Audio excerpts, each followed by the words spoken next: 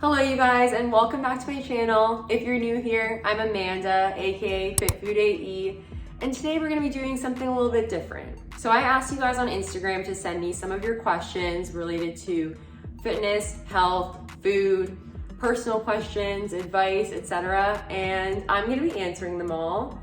But while I'm doing that, I'm gonna be making a cookie skillet because of course, this is a recipe channel, so gotta keep it on brand. But yeah, I have my iPad here, gonna be going through all the questions while making a delicious recipe, and I'm super excited to get into it. So if you're excited for this Q&A, please give this video a like, subscribe, and share with your friends as it really helps the channel. And without further ado, let's get started.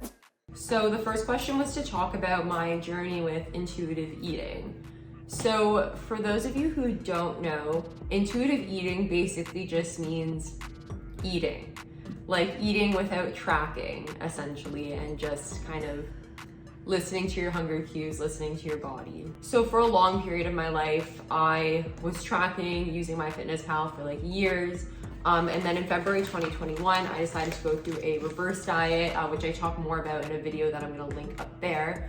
And then after the reverse diet, I went through a bulk and a cut. And the cut ended in June of this year, so 2022. And then after that, I planned to start eating intuitively. At that point, I knew I could listen to my hunger cues, and it was something that I hadn't done in a long time, and I thought, why not try it, especially because the summer is coming up. So I would say some of the benefits I noticed right away were I was like more open to going through with plans like last minute or like plans that involved eating, and I didn't really worry as much about like eating out, which was good, especially because it was the summer. It takes up less time because you're not tracking things all the time. And I found that I was also eating a lot more whole foods. So obviously I love making like protein desserts and all of that, but I found that when I was tracking, I was eating those like protein desserts sometimes like up to 3 times a day and like replacing all my meals with them, which obviously isn't good. Like, you know, you're not supposed to use supplements for every single meal. It was making me kind of bloated. So as I started eating intuitively, my bloating actually went down, which was great. And then yeah, since then I have been eating intuitively, haven't been tracking. I think maybe like the biggest disadvantage to eating intuitively is, even though right now I'm in a stage of my life where I just want to maintain my weight, I do feel like I'm probably eating less protein, especially on like weekends or days when I eat out. But I think a lot of days during the week I tend to eat more, so hopefully it kind of just balances out. So the next question is, did I gain weight while eating intuitively? Using PE Science, by the way, code FIT15 if you want to use it. So I think when I first started eating intuitively, I noticed a decrease in my bloating, meaning that I looked better than I did when I was cutting. But there was a period of time, I believe, during the summer where I did actually start to gain a bit more weight. I think, I don't want to say I took the intuitive eating too far, but I think in the summer I was just eating out quite a bit, and it got to the point where I was kind of going above and beyond my hunger cues some days, which is totally fine. But yeah, I kind of checked myself and I realized, like, you know, I needed to go back to making more food at home, and just like continuing to listen to my hunger cues as opposed to kind of just eating whatever because I was eating intuitively. So that sort of balanced itself out. And then now I would say, you know, I don't weigh myself, but I would say I'm definitely in a good place where I'm feeling good, my clothes look good, and I'm having a great time. So the next question is how to get started with eating intuitively. So for me, I have been on my quick fitness journey for quite some time. And again, I got to the point where I wanted to maintain my weight, and I was very good at like estimating portion sizes and very good at listening to my hunger cues. So I think that if you're at that point, then by all means, like, you should start eating intuitively. However, and this is a bit controversial, but if you are on a weight loss journey and you're not in a position where like you have a ton of weight to lose, like let's say you only want to lose 20 pounds, for example, then I do feel like it would be pretty difficult to lose weight while eating intuitively. Some people might disagree. And I feel like, especially if you've never gone through a weight loss journey before, you probably aren't familiar with like portion sizes or listening to your hunger cues. So I think that a good time to start eating intuitively is when you've already like achieved that fitness goal and you feel like you're in a good position to do so. And then by all means try it. And then from there, you could always go back to tracking for a period of time if you want, or you could just track protein. So next question is tips to enjoy yourself while on vacation or holiday while still feeling in control. This is a good one. And it took me a while to figure this out because I used to be the kind of person where when I went on a vacation, I would just constantly binge and go over the limit of what I even wanted to eat, like when I wasn't even hungry or when I didn't even want to eat the food, just because I was on vacation. So I think that, first of all, if you're on vacation, definitely allow yourself to indulge. Know that going into it, you're probably going to gain a bit of weight at the end, and that's totally fine. When I used to be in that like binging mindset while on vacation, I would always end up eating too much, and then I would feel like crap because, you know, I had to wear a bathing suit or I had to like go out later in the night or drink alcohol, and I always just felt so like bloated and gross. So what I remind myself while I'm on vacation is like, okay, indulge, you know, eat to the point where you're full, but if you go past the point of being full where you just feel sick, you're not gonna wanna like do all the fun things that come with a vacation. You know, vacations are more than just food. Another tip that I have, if you're like at an all-inclusive and there's a buffet, take a lap around and figure out, you know, the things that you really, really want to eat or the things that you normally wouldn't get at home, and then pick those rather than just picking literally everything that looks good and like your eyes are bigger than your stomach, and then just end up eating things that you don't even want to eat. It's also good to stay active while you're on vacation, so do like activities or excursions that require walking or biking or anything like that, and make sure to, you know, move throughout the day. Next question, it's a little bit of a shorter answer. It says favorite protein bar. I would say my favorite protein bars are the grenade bars. They are so good. They literally taste like a chocolate bar. I don't know what my favorite flavor is. Probably like the chocolate fudge brownie or the white chocolate cookie.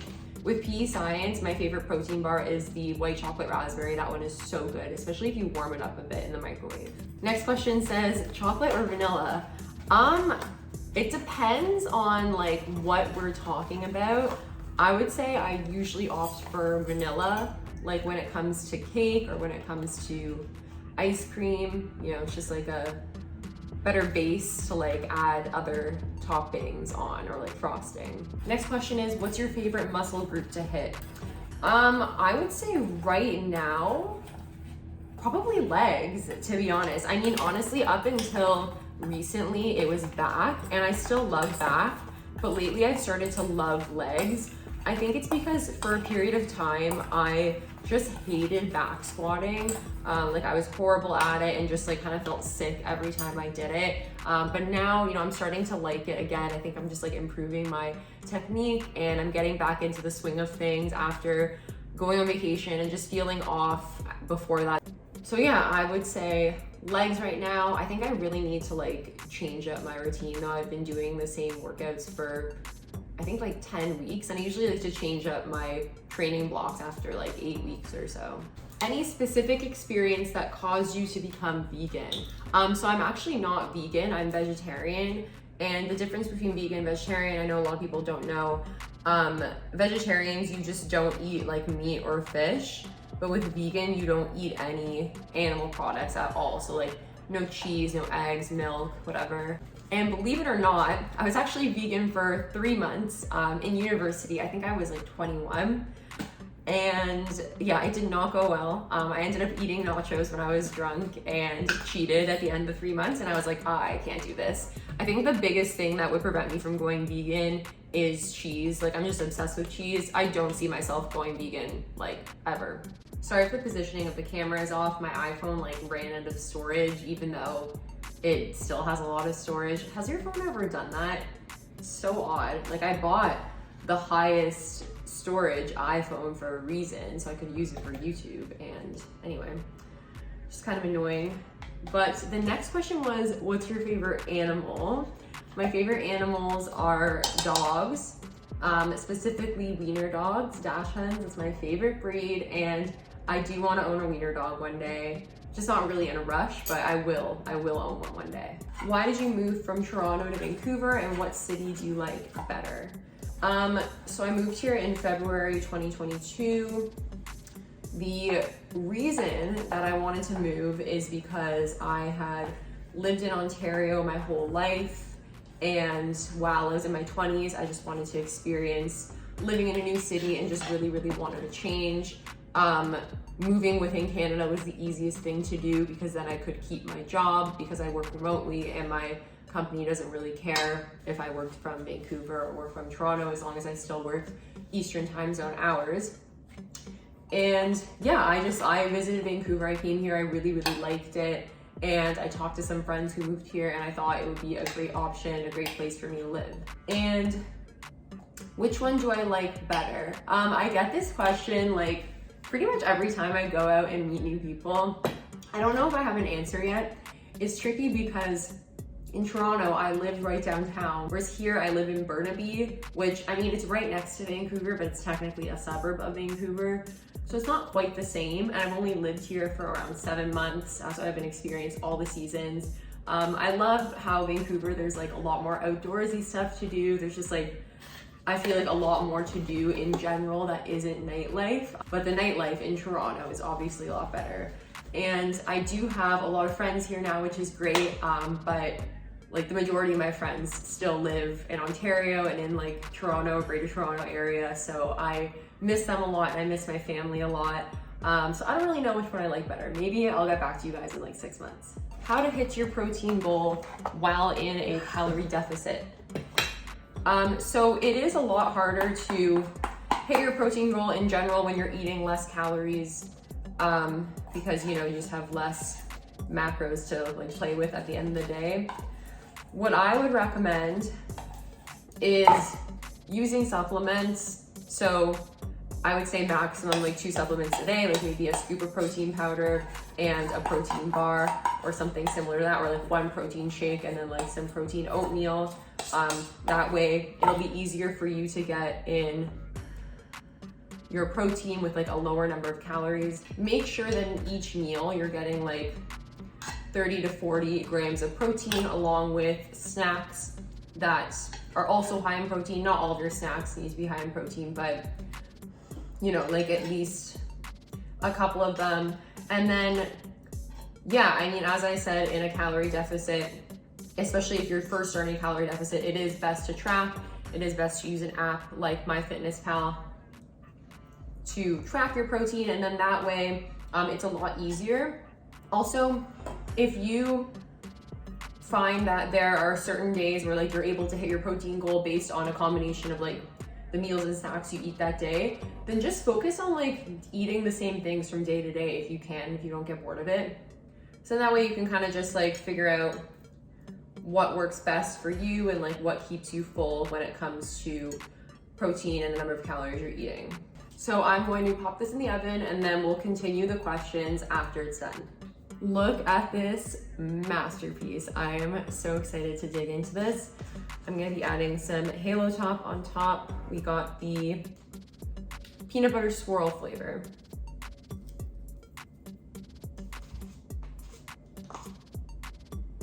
Okay, time to dig in. The ice cream is very melty.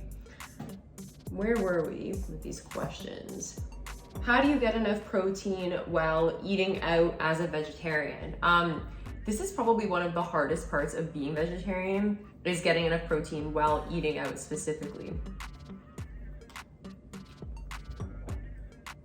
So sometimes you're gonna have control of the restaurants you go to, but sometimes you won't. If you do, try to pick places that have vegetarian options with protein. A really good option is a veggie burger, or even like pizza with some sort of like vegan meat on it, like that Beyond Burger crumble or like vegan chicken on it. Those are really good options. Or if they have like tofu bowls, tempeh bowls, that's always a really good option. I know there are a lot of places where the only vegetarian options are like carby things. With that, I would say pick something with cheese. Like that's usually, a safe bet. At least it does have a bit of protein from that. But another good tip I have is if you know you're gonna be eating out and going somewhere and getting something that probably isn't as high in protein, just make sure that your other meals throughout the day, like your breakfast and lunch, for example, if you go for dinner, are higher in protein to offset that. How do you track calories while eating out? So I actually have a whole YouTube video on this. I'm gonna link it up there, but the gist of it is just, having good knowledge of portion sizes, which comes with practice. Being able to look up similar entries on MyFitnessPal. For example, if you're getting like a 10-inch margarita pizza, you can just look that up on MyFitnessPal and track it that way. Also taking pictures of your food so you know the portion size, or taking pictures after you've only eaten, let's say like 3/4 of it, for example, then you know to only track a certain amount of it. So lots of tips in the video that I linked up there. And the last question we have is tips for staying consistent with content creation. A few tips that I have: plan things out in advance, like have a content calendar and know what you're gonna post and when you're gonna post it and when you're gonna create the content. Be sure to follow creators in your niche that are similar to you. That way you are able to get ideas and inspiration from their content. Make sure that you're creating content that's authentic to you and that you actually enjoy creating. Like, for example, obviously I love the recipes that I make and I eat everything that I post. The schedule that you make for yourself, make sure it's something that you can actually stick to and be consistent with. For example, saying that you're gonna post on Instagram every single day might be a bit too much, especially if you have a full-time job like me. I think the biggest thing with content creation is knowing your why.